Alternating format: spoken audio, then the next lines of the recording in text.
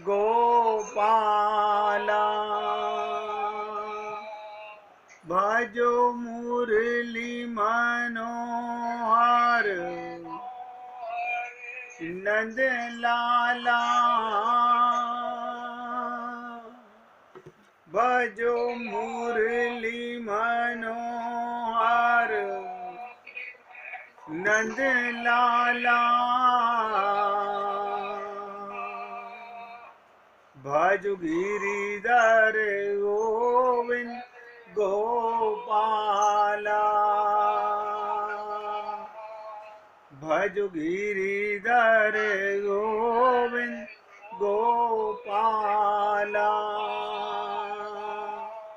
भजो मुरली मनोहर नंद लाला। भजो मुरली मनोहर नंद लाला। भज गिरिधर गोविंद गोपाला। भज गिरिधर गोविंद गोपाला। भजो मुरली मनोहर नंद लाला। भजो मुरली मनोहर नंद लाला। भज गिरिधर गोविंद गोपाला। भज गिरिधर गोविंद गोपाला। बोलिए वृंदावन बिहारी लाल की जय जय श्री राधे। जय जय श्री राधे। सभी भक्तों से निवेदन, बहुत एकाग्रचित होकर सत्संग के प्रत्येक शब्द को हृदयंगम करने का पूरा प्रयत्न करें। मैं आप लोगों से ये निवेदन जो करता हूँ कि एक एक शब्द को अपने हृदय में बैठाने का, पिरोने का, हृदयंगम करने का प्रयत्न कीजिएगा। 5-6 दिन लगातार आपसे आत्मज्ञान पर चर्चा चली और हमने आपसे जितना मेरे सागर में भगवान ने आत्मज्ञान का जल डाला उतना मैंने आपको पिलाया। किस भक्त ने कितने, किस भाव से कितना उसे समझने का प्रयत्न किया, ये आप सबका हृदय जानता होगा। लेकिन मैं आप सब पुण्य आत्माओं से निवेदन करता हूँ कि आत्मज्ञान हमें क्यों नहीं हो रहा, क्योंकि अभी हम शरणागत नहीं हैं। अब बिना शरणागति के आत्मज्ञान कभी किसी को नहीं हुआ। शरणागति में मूल कारण है अपनी ही अज्ञानता कि हमने अपने को शरीर माना हुआ है। इसलिए हम अभी तक अपने गुरु और परमात्मा की शरणागति ग्रहण नहीं कर सके। कोई बात नहीं, हारिए न हिम्मत, विसारिए न राम। आज से आगे बढ़ने का प्रयत्न करेंगे। नटशैल में आपको 2 मिनट में ये बताना चाहूँगा। अब ये सिद्ध हो गया कि मैं इंद्रियां, मन आदि नहीं, ना मैं शरीर हूँ, ना मैं इंद्रियां हूँ, ना मैं मन हूँ, ना मैं बुद्धि हूँ, अपितु ईश्वरीय अनादिकालीन नित्य अंश हूँ। मैं परमात्मा का अंश हूँ।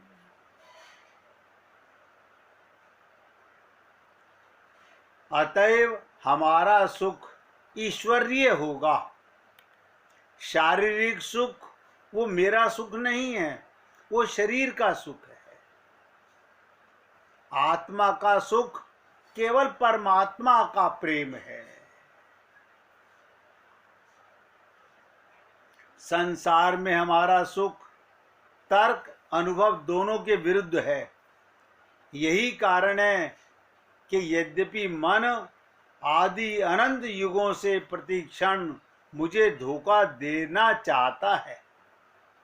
ध्यान से सुनेंगे, मन अनादि अनंत युगों से प्रतिक्षण मुझे धोखा देना चाहता है।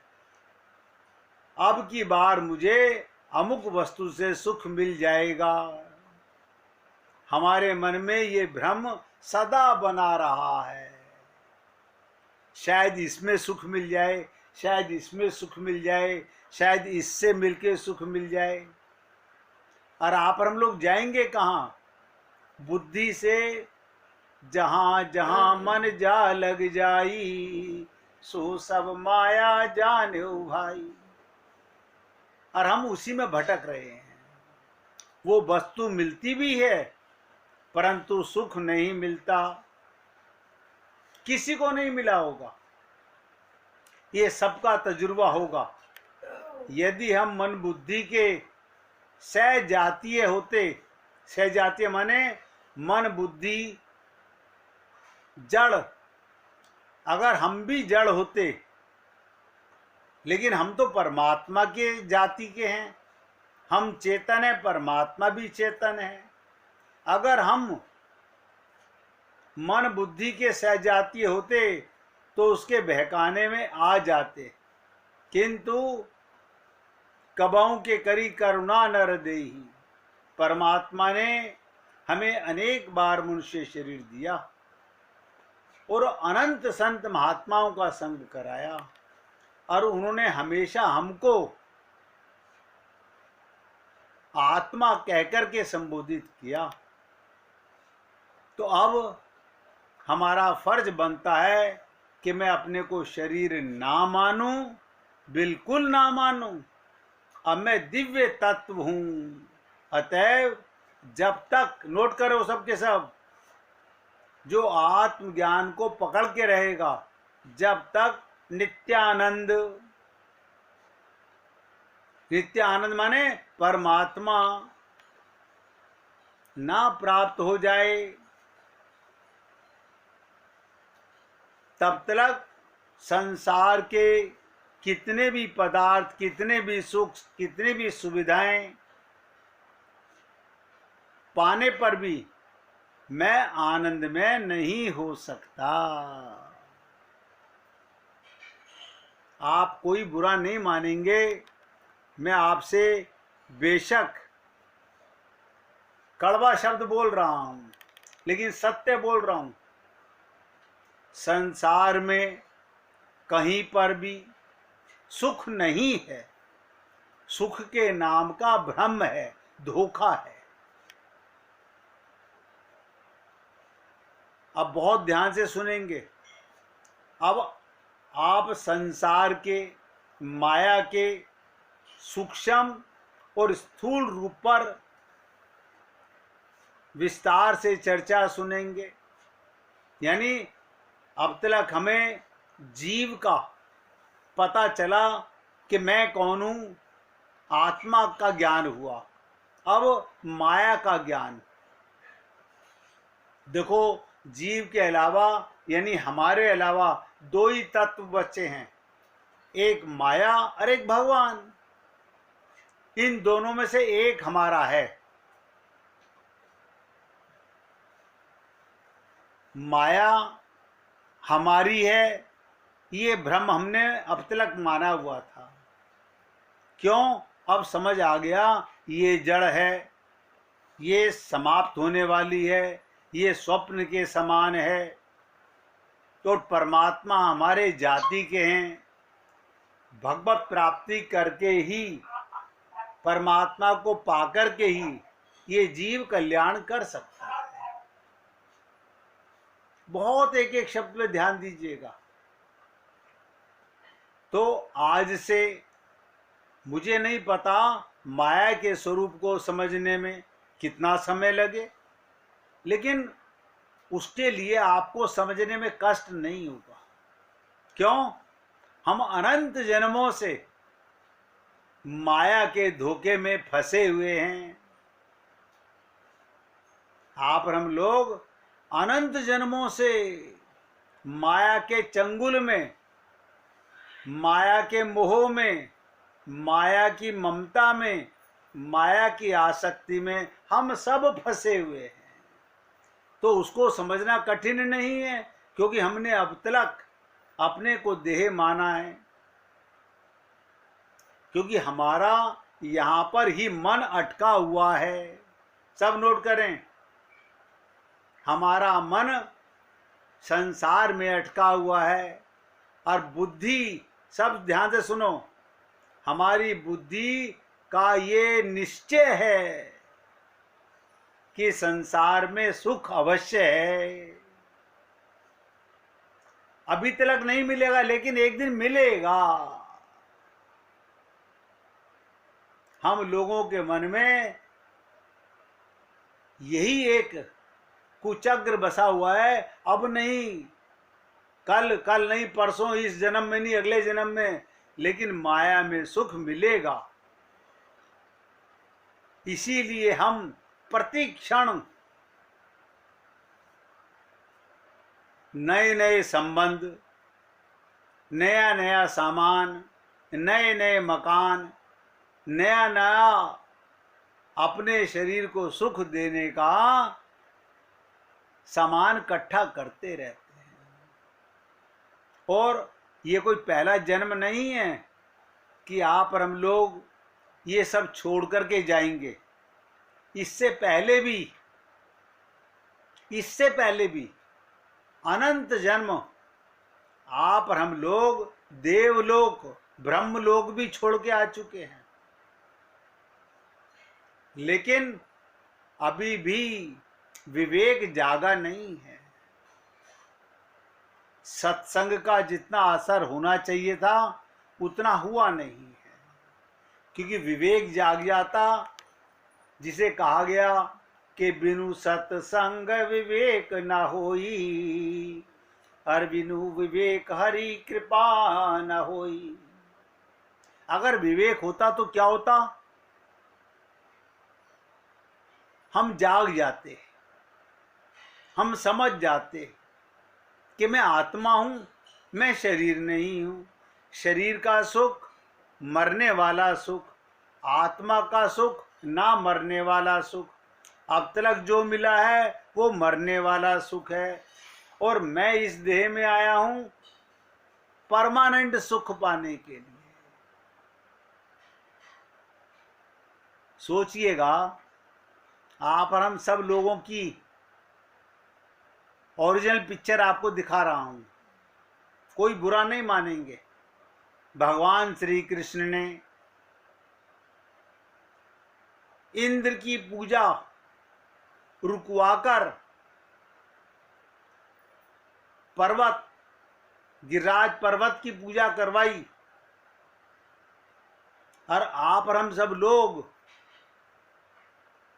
गिरिराज उत्सव मनाते हैं, भगवान श्री कृष्ण को मानते हैं, उनकी पूजा करते हैं, उन्हीं को पाना चाहते हैं। तो फिर क्या कष्ट है? उनकी बात नहीं मानते। ऐसे कैसे कह सकते हैं हम भगवान की बात नहीं मानते? अभी बता देता हूं, अभी समझ आ जाएगा आप लोगों को।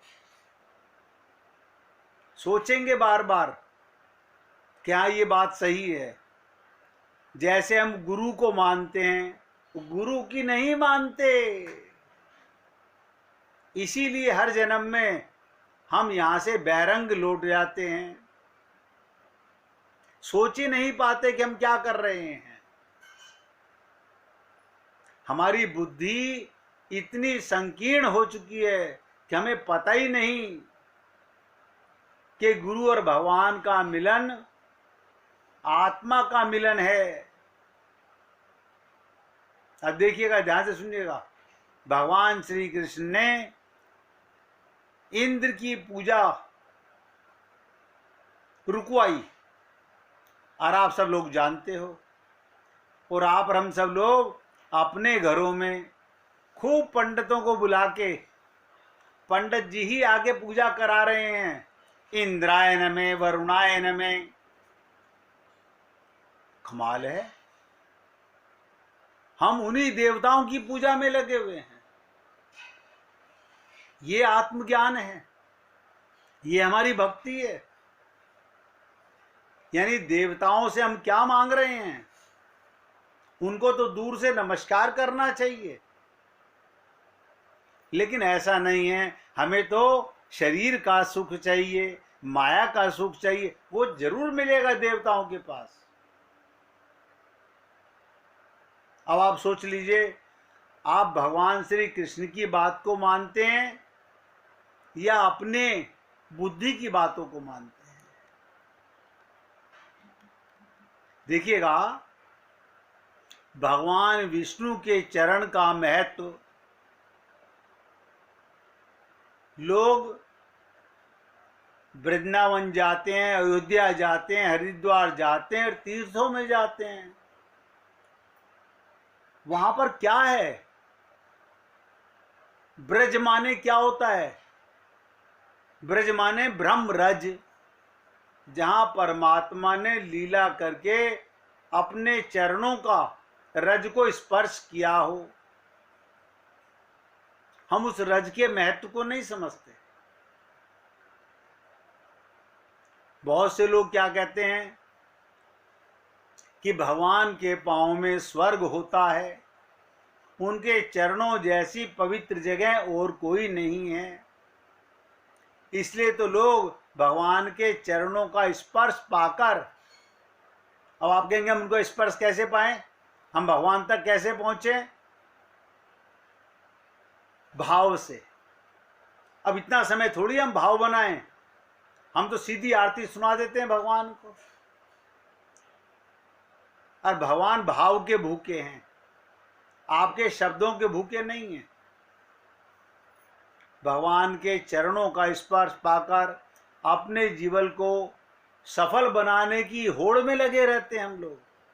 लेकिन भगवान के चरणों का महत्व क्यों है, क्या कभी आपने जानना चाहा? भगवान के चरणों का इतना महत्व क्या है?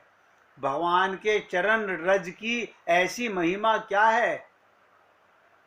यदि इस मानव शरीर में त्रिभुवन के स्वामी भगवान विष्णु के चरणार बिंद की धूली लिपटी हो, इसमें अगरू, चंदन और अन्य कोई सुगंध लगाने की जरूरत ही नहीं है। भगवान के भक्तों की कीर्ति रूपी, ध्यान से सुनो, भगवान के भक्तों की कीर्ति रूपी सुगंध को स्वयं ही सर्वत्र फैल जाती है। जहां मन में भगवान के चरण रज की कामना होती है, तो भगवान अपने भक्तों का संग करा देते हैं। संसार के पालनहार परम दयालु भगवान विष्णु में सब व्याप्त है। शेष नाग की सैया पर